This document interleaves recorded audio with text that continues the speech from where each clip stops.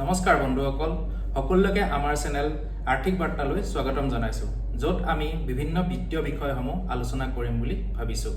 আজি আমাৰ প্ৰথম এপিছডটো পাতলি মেলাৰ আগতে আমি মহিলা আৰু ছোৱালী সন্তানে সন্মুখীন হোৱা সমস্যা কিছুমানৰ বিষয়ে অলপ অৱগত হোৱা হওক। মহিলা সমস্যাৰ আলোচনাত বাল্য বিবাহৰ কথা প্ৰথমে ল'ব লাগিব। ইউনিচেফৰ মতে ভাৰতৰ 27% ছোৱালীয়ে 18 বছৰ বয়স হোৱাৰ আগতেই বিবাহ পাশত আবদ্ধ হয় আৰু ইয়াৰ ফলত তেওঁলোকৰ শৈশৱ জীৱন ধ্বংস হোৱাৰ লগতে অসংখ্য শাৰীৰিক মানসিক প্ৰত্যাহ্বানৰ সন্মুখীন হ'বলগীয়া হয়। মহিলাসকলৰ ওপৰত হোৱা হিংসা এতিয়াও এক দুখজনক অৱস্থাত আছে। যৌতুকৰ দৰে প্ৰথাই আজিও ঘৰুৱা হিংসা, যৌন নিৰ্যাতনৰ দৰে ঘৃণ্য অপৰাধক পৃষ্ঠপোষক দি আহিছে। ৰাষ্ট্ৰীয় অপৰাধ অভিযোগ ব্যুৰো NCRBৰ মতে যোৱা বছৰ মহিলাৰ বিৰুদ্ধে 3 লাখৰো অধিক অপৰাধ গোচৰবদ্ধ হৈছে। মাতৃ ছোৱালীৰ স্বাস্থ্য সেৱা অসুবিধাও এটা গুৰুত্বপূৰ্ণ সমস্যা। ইউনিচেফে প্ৰকাশ কৰা অনুসৰি ভাৰতৰ 56% 18 পৰা 19 বছৰ বয়সৰ ছোৱালী সন্তান ৰক্তহীনতাত আক্ৰান্ত হয়। কৰ্মভূমিৰ কথা ক'লেও লিংগ বৈষম্য আমাৰ সমাজত অব্যাহত আছে আৰু এই ধৰণৰ সমস্যাবোৰ সমাধান কৰিবৰ কাৰণে ভাৰত চৰকাৰে বিভিন্ন আঁচনি ৰূপায়ণ কৰিছে। সুকন্যা সমৃদ্ধি যোজনা তাৰ ভিতৰত এখন আঁচনি, যাৰ বিষয়ে আজি আমি ডিছকাছ কৰিম। এই আঁচনিখনৰ সুবিধাখিনি অলপ বহলভাৱে ডিছকাছ কৰোঁ। আৰ্থিক পৰিকল্পনা। এই আঁচনিয়ে অভিভাৱকক তেওঁলোকৰ ছোৱালীৰ ভৱিষ্যতৰ আৰ্থিক প্ৰয়োজনীয়তা যেনে শিক্ষা আৰু বিবাহৰ খৰচৰ বাবে পৰিকল্পনা আৰু সঞ্চয় কৰিবলৈ উৎসাহিত কৰে। ই বিত্তীয় পৰিকল্পনাৰ দিশত এক গাঁথনিগত আৰু অনুশাসিত পদ্ধতি সৃষ্টি কৰাত সহায় কৰে। ইনকম টেক্স ৰিটাৰ্ণৰ সুবিধা। সুকন্যা সমৃদ্ধিত ইনভেষ্ট কৰা পইচা আমি ইনকম টেক্সৰ ৰিলিভত দেখাব পাৰোঁ। মানে ইনকম টেক্সৰ টেক্স ৰিলিভৰ কাৰণে যেনেকৈ আমি লাইফ ইঞ্চুৰেঞ্চত ইনভেষ্ট কৰোঁ, ঠিক তেনেধৰণে এই আঁচনিত ইনভেষ্ট কৰা পইচা আমি ইনকম টেক্সৰ ৰিটাৰ্ণত দেখুৱাব পাৰোঁ। আমি এই আঁচনি 80Cৰ আণ্ডাৰত 1,50,000 টকালৈকে ইনকম টেক্সত দেখাব পাৰোঁ।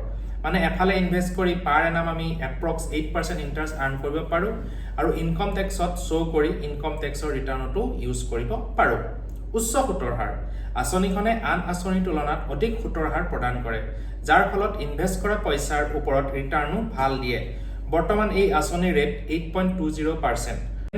বেলেগ আঁচনিতকৈ এইখনত 1% হ'লেও বেছি ইণ্টাৰেষ্ট পোৱা যায়, কাৰণ upliftment of girl child is one of the main agenda of our government. সুৰক্ষিত বিনিয়োগ। সুকন্যা সমৃদ্ধি এখন চৰকাৰী আঁচনি আৰু সেইকাৰণে নিৰাপত্তা আৰু নিৰ্ভৰযোগ্যতাৰ অনুভূতি প্ৰদান কৰে। এই আঁচনি চৰকাৰৰ দ্বাৰা নিয়ন্ত্ৰিত হোৱাৰ কাৰণে ৰিটাৰ্ণৰ সময়ত হোৱা খেলিমেলি ভয় নাথাকে। SSY একাউণ্টৰ বিষয়ে কি ফেক্টছবোৰ অলপ জানি লওঁ আহক। এই কি ফেক্টছবোৰ আমি কুৱেশ্যন এনচাৰ হিচাপে আপোনালোকৰ আগত ৰাখিছোঁ, যাতে পইণ্টবোৰ বেছি ক্লিয়াৰ হয়। একাউণ্টটো কোনে খুলিব পাৰে? 10 বছৰৰ ভিতৰৰ কন্যা সন্তানৰ নামত একাউণ্টটো খুলিব পাৰি। কেৱল ভাৰতীয় বাসিন্দা পিতৃ মাতৃ বা আইনী অভিভাৱকে কন্যাৰ নামত একাউণ্টটো খুলিব পাৰে। এটা পৰিয়ালে মেক্সিমাম 2টা কন্যা সন্তানলৈ খুলিব পাৰে এই একাউণ্টটো। তৃতীয় কন্যা সন্তানেও খুলিব পাৰিব যদিহে প্ৰথম জন্মতে 3জনী ছোৱালী জন্ম হয় বা প্ৰথম এজনী ছোৱালী জন্মৰ পিছত দ্বিতীয় জন্মত 2জনী ছোৱালী সন্তানে জন্মগ্ৰহণ কৰিলে।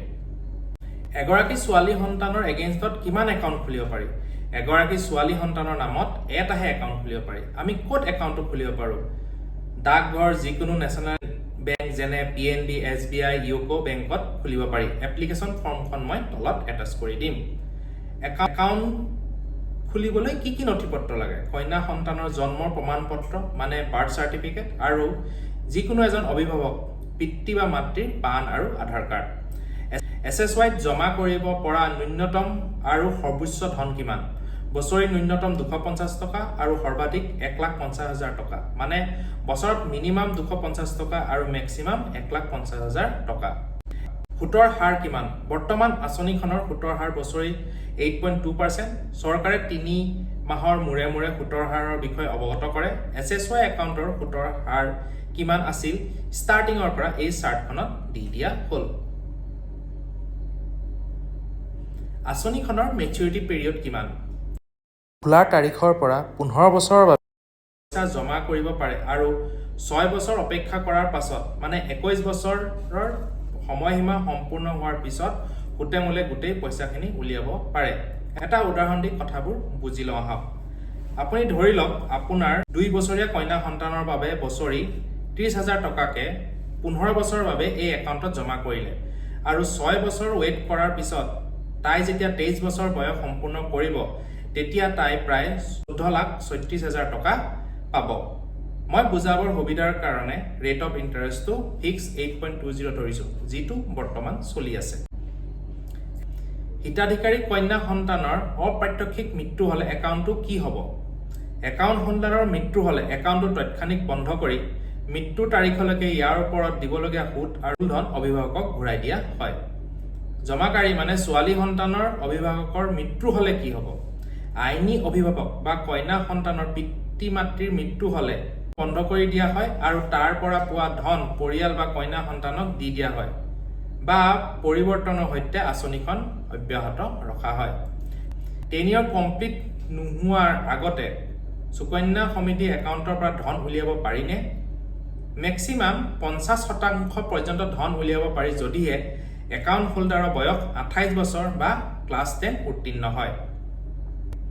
SSY একাউণ্টৰ হস্তান্তৰ কৰিব পাৰি নেকি? পঢ়া শুনা বা অন্যান্য পৰিস্থিতিৰ বাবে এখন ঠাইৰ পৰা আন এখন ঠাইলৈ স্থানান্তৰিত হ'বলগীয়া হ'ব পাৰে। সেইকাৰণে এই আঁচনিখন ডাকঘৰৰ পৰা বেংকলৈ বা এটা বেংকৰ পৰা আন এটা বেংকলৈ স্থানান্তৰিত কৰিব পাৰি। এই যোজনাৰ অধীনত পাছবুক প্ৰদান কৰা হয়নে? হয়, সুকন্যা সমৃদ্ধি যোজনাৰ অধীনত পাছবুক প্ৰদান কৰা হয়। এইখিনি আছিল SSY একাউণ্টৰ বিষয়ে জানিব লগা গুৰুত্বপূৰ্ণ কথা। এই কথাবোৰ জানি আমি এটলিষ্ট 3টা কাম কৰিব পাৰোঁ আৰু চেনেলটোত আমি এইটো কওঁ দ্য 3 column action।